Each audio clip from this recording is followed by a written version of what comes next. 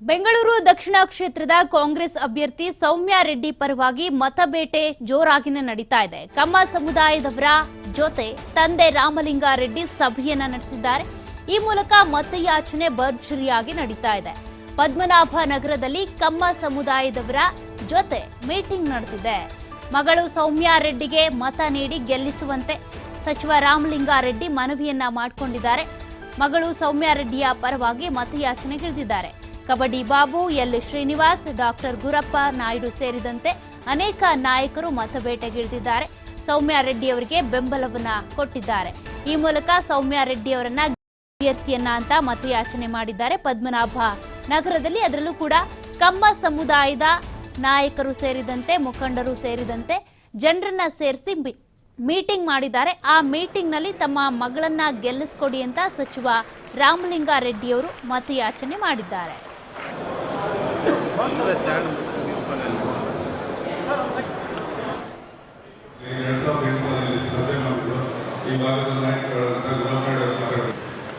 ಬೆಂಗಳೂರು ದಕ್ಷಿಣ ಲೋಕಸಭಾ ಕ್ಷೇತ್ರದ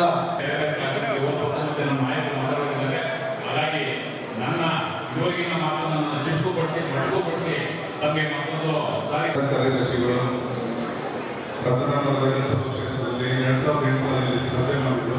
ಈ ಭಾಗದ ನಾಯಕರಾದಂಥ ಗುರಪ್ಪ ಬೆಂಗಳೂರು ದಕ್ಷಿಣ ಲೋಕಸಭಾ ಕ್ಷೇತ್ರದ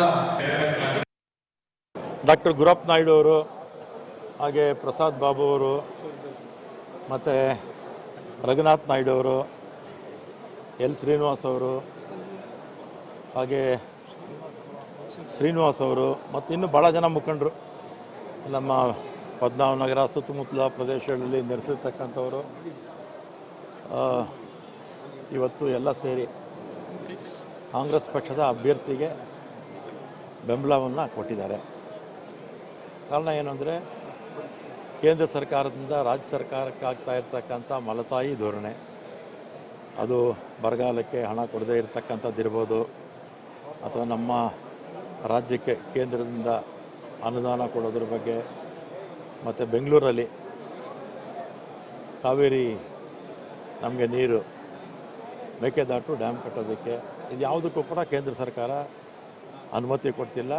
ಚುನಾವಣೆ ಸಂದರ್ಭದಲ್ಲಿ ಪ್ರಧಾನಮಂತ್ರಿಗಳು ಬರ್ತಾರೆ ಹೋಗ್ತಾರೆ, ಆಮೇಲೆ ಚುನಾವಣೆ ಸಂದರ್ಭದಲ್ಲಿ ಹೇಳಿದ್ದನ್ನೆಲ್ಲ ಮರೀತಾರೆ. ಇದು ಬದುಕಿನ ಪ್ರಶ್ನೆ, ನಮ್ಮ ರಾಜ್ಯದ 7 ಕೋಟಿ ಜನರ ಬದುಕಿನ ಪ್ರಶ್ನೆ.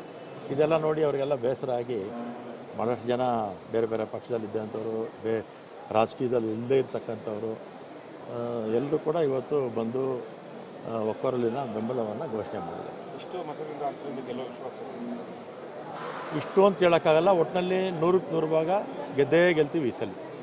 ಡಾಕ್ಟರ್ ಗುರಪ್ಪ ನಾಯ್ಡು ಅವರು,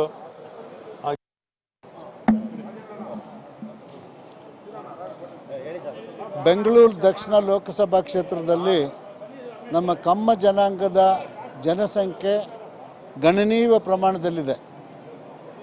ಹಿಂದೆ ಒಂದು ಸಾರಿ ಕಮ್ಮ ಜನಾಂಗ ಹೆಚ್ಚಿದೆ ಅಂತ ಹೇಳ್ಬಿಟ್ಟು ನಮ್ಮ ರಘುಪತಿಗೂ ಕೂಡ ಇಲ್ಲಿ MP ಸೀಟ್ ಕೊಟ್ಟಿದ್ದರು. ರಘುಪತಿಯವರು MP ಸೀಟ್ ಗೆದ್ದಿದ್ದರು. ಸುಮಾರು ಬೆಂಗಳೂರು ದಕ್ಷಿಣದಲ್ಲಿ 2 ಲಕ್ಷಕ್ಕೂ ಹೆಚ್ಚು ಕಮ್ಮ ಜನಾಂಗದವರು ವಾಸ ಮಾಡ್ತಿದ್ದಾರೆ. ಇವತ್ತಿನ ದಿನ ಎಲ್ಲ ಕಮ್ಮ ಜನಾಂಗದ ಮುಖಂಡರ ಸಭೆಯನ್ನು ಕರೆದು ರಾಮಲಿಂಗಾರೆಡ್ಡಿ ಅವರ ನೇತೃತ್ವದಲ್ಲಿ ಕಮ್ಮ ಜನಾಂಗದವರೆಲ್ಲ ಇವತ್ತು ಕಾಂಗ್ರೆಸ್ಗೆ ಹಾಕಬೇಕು, ಸೌಮ್ಯ ರೆಡ್ಡಿಗೆ ಹಾಕಬೇಕು ಅಂತ ಒಂದು ತೀರ್ಮಾನ ತಗೊಂಡು ಶ್ರೀ ಹರಿ ಕಲ್ಯಾಣ ಮಂಟಪದಲ್ಲಿ ಈ ಸತಿ ಎಲ್ಲರೂ ಕಾಂಗ್ರೆಸ್ಗೆ ಹಾಕಬೇಕು ಅಂತ ತೀರ್ಮಾನ ತಗೊಂಡಿದ್ದೀವಿ.